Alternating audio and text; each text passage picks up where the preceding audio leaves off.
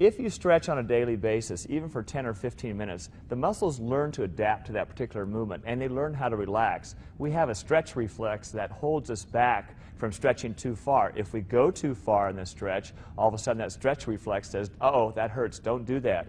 You want to go to the point where you have a comfortable stretch, but not a painful stretch. I have 6 top stretches that I'd like to show you today that you can incorporate into your routine, and I've got Ben, my model here, who's going to give us the first demonstration.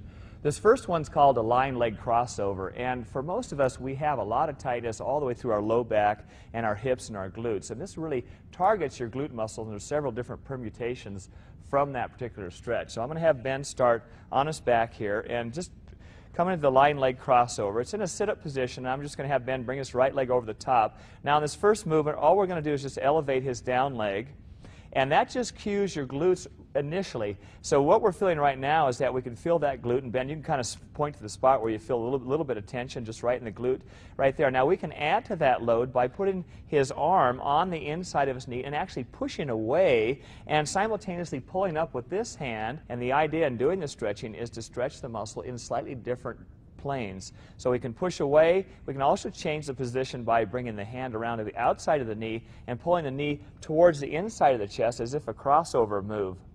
We can add to that by extending your upper leg straight up, and we get a little different stretch and a different load. The second stretch is the hip flexor stretch, and our hip flexors are located in this region. When we stretch our hip flexors, we have to think, well, what's the purpose of doing that? Well, when you're running, you're obviously engaging your hip flexors every time your knee comes up on each stride. In a cycling position, your hip flexors are engaged all the time, and it's a very, very tight muscles. So quite often I see people do this incorrectly. We want to set this hip flexor stretch by dropping the down knee at an angle at about 110 degrees at the hip. And when we do this, we don't want to drag that knee back too far, nor arch our back. So Ben, I'm going to ask you just to tuck your pelvis underneath. And as soon as we do that and we push down on that knee and actually push down with a forward heel, we're going to feel that hip flexor begin to stretch just by doing this particular movement.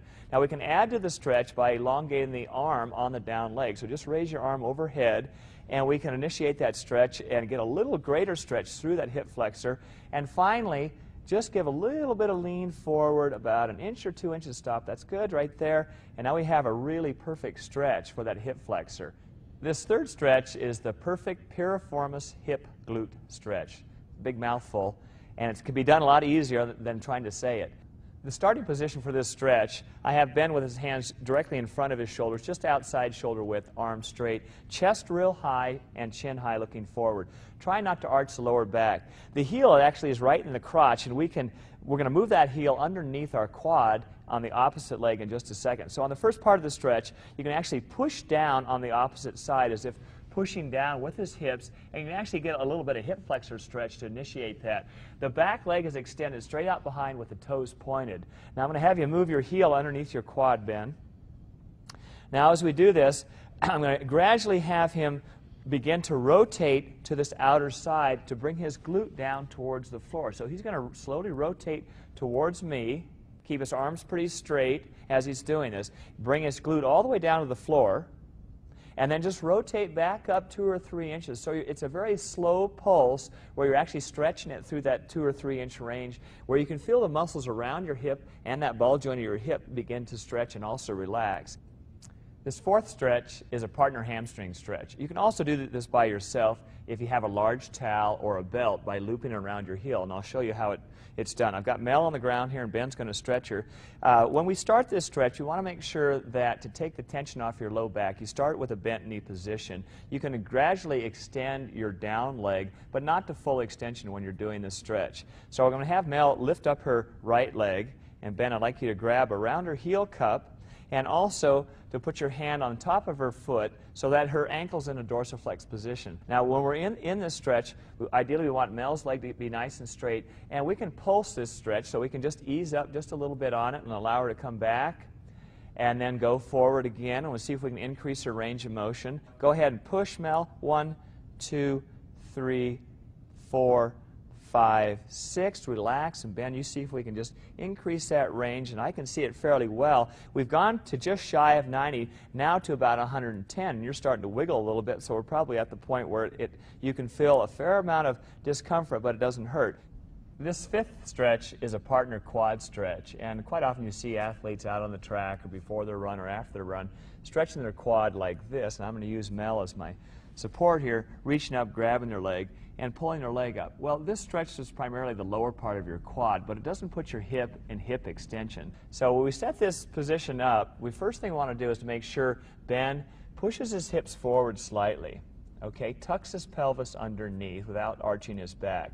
The second thing is that Mel has her hand cupped underneath Ben's knee and also her hand on his toes. We pull back into hip extension, so we move Ben's leg back to begin with without pulling up on the foot. Now in the second phase on this, we want to make sure that the knees are pointed straight down. We don't want the knee to flare out. Mel's applying pressure with the hand. We lift up and slowly push the heel in towards the butt, and ideally, if you're very flexible in a hip extension position, we can bring that heel all the way to touch the butt. This last stretch is called the shoulder back lat pec stretch. Now if you can say that, you're going to do it well. It hits the shoulder muscle, the lats, which are down the side, the pecs, which are in front, and also the back. So it's a partner stretch, and it's a great stretch. You're really going to feel this nicely all the way through those muscles, and it'll give you a nice big stretch through your chest, which will help you particularly on the bike and running and for your freestyle in the water. So Mel, go ahead and just lightly interlace your fingers or overlay them. Put them behind your neck, and you don't want to pull forward on your neck at all. You want to make sure that she's looking forward. Ben, you go ahead and hook up. We're going to go over the top of her arms, around the armpits, and then just have Ben interlace his fingers behind. The first part of this stretch is to pull back gently on her elbows, all right? And go ahead and bend, pull back lightly. And as she's doing this, she's going to begin to feel a stretch through her lats and also her pecs and her shoulders when she's doing this. Now the second part, we can ease up just a little bit, and we're going to put Mel on the rack and just lift straight up now. There we go. And Ben, you can keep coming up. All right.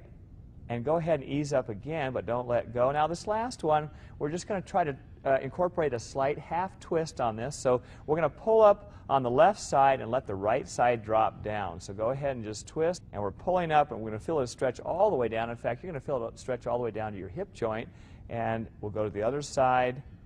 And again, when we're doing these stretches, ideally if we can do each phase about 90 seconds to 2 minutes and not as quickly as we're running through these. All 6 of these stretches can be incorporated into your routine, either before or after your sessions, or even at night if you have time where you're relaxing. Just to put in these 6 stretches, you're going to find that your range of motion is going to be enhanced and hopefully prevent some injuries down the road.